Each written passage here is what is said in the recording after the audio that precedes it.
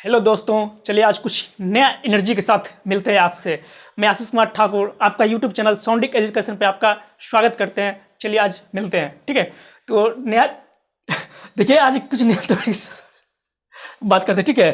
तो भास्पा आसमान विधि, ठीक है। देखिए भास्पा आसमान विधि, इस विधि के द्वारा क्या तक कार्बनिक शुद्ध पदार्थ हम क्या करते हैं, अलग करते हैं, ठीक है। क्या करते हैं, कार्बनिक जो मिश्रित पदार्थ है उसको हम क्या करते हैं, अलग करते हैं, ठीक है। तो देखिए क्या है, भाप आसवन विधि, पहले समझिए। भाप आसवन विधि, तो देखिए इस विधि द्वारा, इस विधि द्वारा कार्बनिक मिश्रण को अलग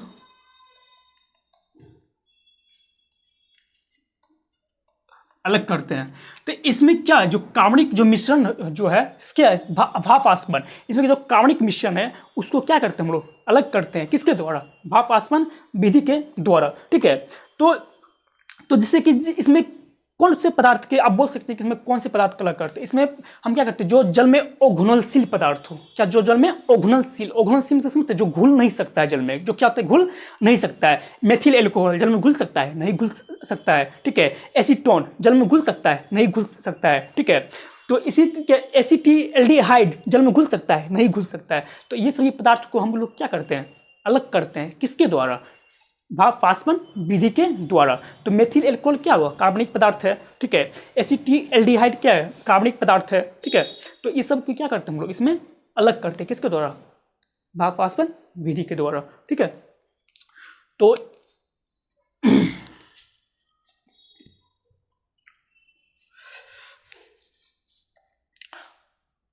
अलग करते हैं, यानी तो हम क्या करते हैं, शुद्ध करते हैं। ये भी लिख सकते हैं आप, शुद्ध करते हैं, ठीक है, शुद्ध करते हैं। तो इसमें क्या आपका, इसमें देखिए जल में ओ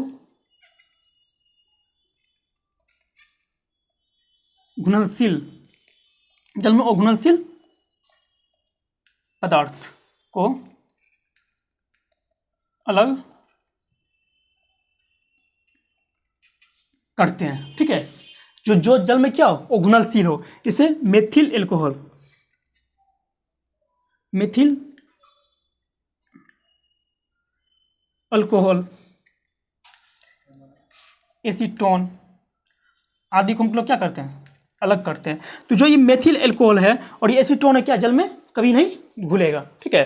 तो इसी द्वारा क्या करते हैं, कार्बनिक पदार्थ क्या है, मेथिल एल्कोहल, एसीटोन सब क्या है, और कार्बनिक क्या है, कार्बनिक पदार्थ है, ठीक है। तो इसके द्वारा क्या करते हैं हम लोग, पदार्थ क्या करते हैं, इसको मिश्रण जो पदार्थ है उसको क्या करते हैं, शुद्ध करते हैं, ठीक है।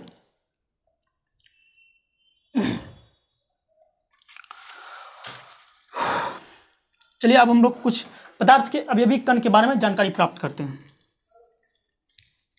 पदार्थ के अवयवी कण कितने हैं, दो है। पहला को हम लोग क्या बोलते हैं, मॉलिक्यूल बोलते हैं, दूसरा को एटम बोलते हैं, अणु और परमाणु बोलते हैं, ठीक है।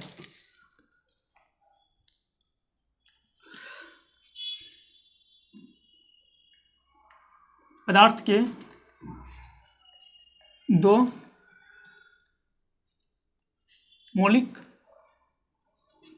कण है, पहला अणु, दूसरा परमाणु।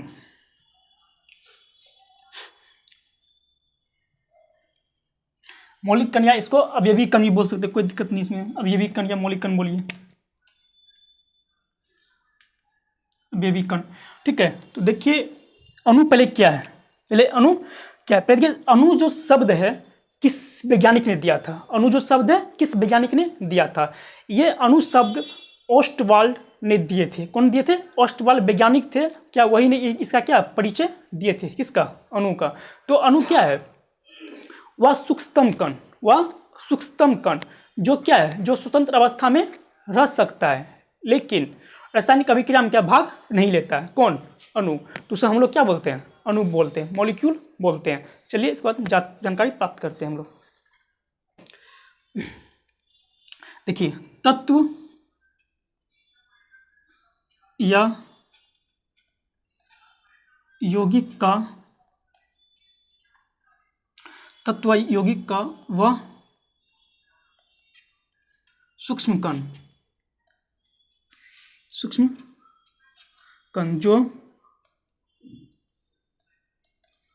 स्वतंत्र अवस्था में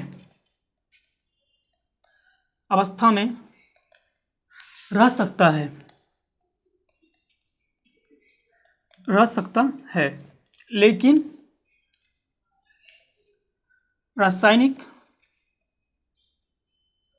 रासायनिक अभिक्रिया में भाग नहीं लेता है। तो देखिए कि तत्व जो है, कि अणु जो है क्या है, तत्व या यौगिक का वह सूक्ष्म कण सूक्ष्म समझते हैं, बड़ा छोटा से छोटा कण, ठीक है, जो स्वतंत्र अवस्था में रह सकता है। ये क्या होता है, ये स्वतंत्र अवस्था में रहता है, इसको किसी से कोई मतलब नहीं पड़ा, ये स्वतंत्र अवस्था में रहता है। कौन? अणु, ठीक है। और लेकिन रासायनिक अभिक्रिया में भाग नहीं लेता है। क्या जल रासायनिक अभिक्रिया में भाग लेगा? नहीं लेगा, ठीक है। क्या ये नमक रासायनिक अभिक्रिया में भाग लेगा? नहीं लेगा, ठीक है। तो जो क्या रासायनिक अभिक्रिया में क्या भाग नहीं लेता है, उसे हम लोग क्या कहते हैं? अणु कहते हैं, ठीक है। क्या कहते हैं? अणु कहते हैं। देखिए H2O के जो अणु है, H2O के जो अणु है, H2O के अणु सदृश होते हैं। सदृश में समझते हैं क्या होते हैं? क्या इसके कण क्या तो बहुत छोटे छोटे होते हैं, इसको हम क्या आंख से, खुली आंख से नहीं देख सकते हैं। क्या इसको हम किससे देख सकते हैं? माइक्रोस्कोप से देख सकते हैं। किसको? जल के कण को। क्या खुली आंख से हम देख सकते हैं? कभी नहीं देख सकते हैं। इसके कण को कभी नहीं देख सकते हैं, ठीक है। तो इसका क्या, ये क्या होता है, इसका H2O का अणु क्या होता है? ये सदृश होते हैं, ठीक है। और इसका सापेक्ष द्रव्यमान होता है, इसका सापेक्ष द्रव्यमान इसका होता है। तो यहाँ देखिए कि हाइड्रोजन कितना है, यहाँ पे एक हाइड्रोजन है, सॉरी यहाँ पे इसका परमाणु भार कितना हाइड्रोजन का? एक है। कितना हाइड्रोजन है? 2 हाइड्रोजन है। और ऑक्सीजन का परमाणु भार कितना होता है? 16। तो कितना हो? 18 AMU, ठीक है। तो ये क्या हो गया इसका, तो इसका H2O का कितना सापेक्ष द्रव्यमान? 18 है, ठीक है। जो ये 18 है, इसी कारण क्या है, इसका अणु क्या है, बहुत छोटे छोटे होते हैं, जिसके कारण क्या, तो ये सदृश होते हैं। इसको खुली आंखों से नहीं देख सकते। किसको? अणु को, ठीक है।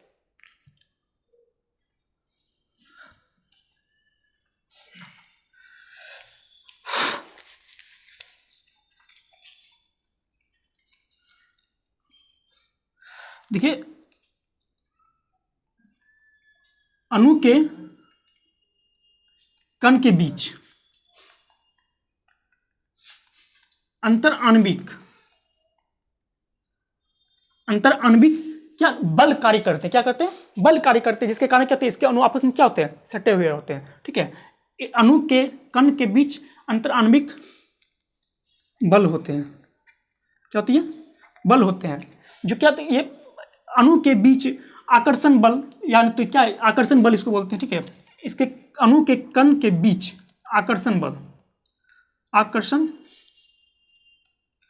आकर्षण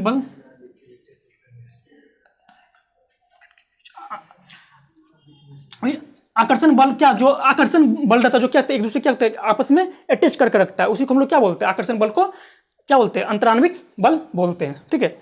चलिए हम लोग थोड़ा परमाणु के बारे में जानकारी प्राप्त करते हैं।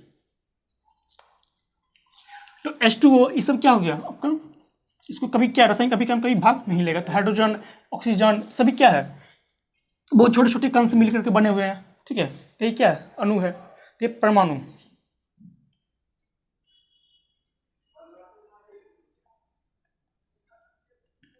तो ये परमाणु जो है, ये क्या होता है? स्वतंत्र अवस्था में नहीं रह सकता है। स्वतंत्र अवस्था में क्या होता है? नहीं रह सकता है, ठीक है। और क्या, तो ये रासायनिक अभिक्रिया में भाग लेते हैं, ठीक है। तो ये क्या परमाणु है। देखिए यह स्वतंत्र अवस्था में नहीं रहते हैं, लेकिन रासायनिक अभिक्रिया में क्या करती है? भाग लेते हैं। रासायनिक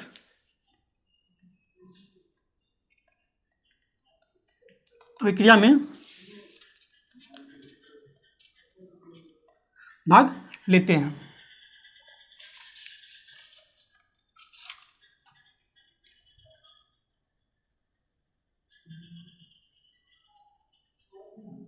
ठीक है, यह क्या होता है, स्वतंत्र अवस्था में नहीं रह सकता है। ठीक है, तत्व का वह छोटा से छोटा कण, तत्व का वह छोटा से छोटा कण जो क्या करता है, स्वतंत्र अवस्था में नहीं रह सकता है। क्या होता है, नहीं रह सकता है। लेकिन रासायनिक अभिक्रिया क्या करता है, भाग लेता है। उसे हम लोग क्या कहते हैं, परमाणु कहते हैं। ठीक है, तो परमाणु जैसे कि, तो परमाणु क्या है, रदरफोर्ड के अनुसार परमाणु क्या है, विभाज्य है। क्या, और विभाज्य है। क्या, विभाज्य है, सॉरी, रदरफोर्ड के अनुसार, रदरफोर्ड के अनुसार परमाणु विभाज्य है। लेकिन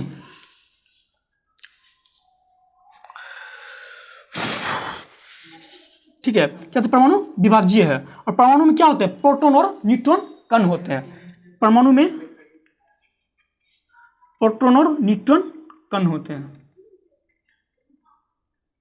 ठीक है, तो ये क्या, ये मान लीजिए क्या स्ट्रक्चर, क्या कक्षा, ये सेल है, और इसके बीच में क्या होता है, यहाँ पे प्रोटॉन और क्या होते हैं, न्यूट्रॉन होते हैं।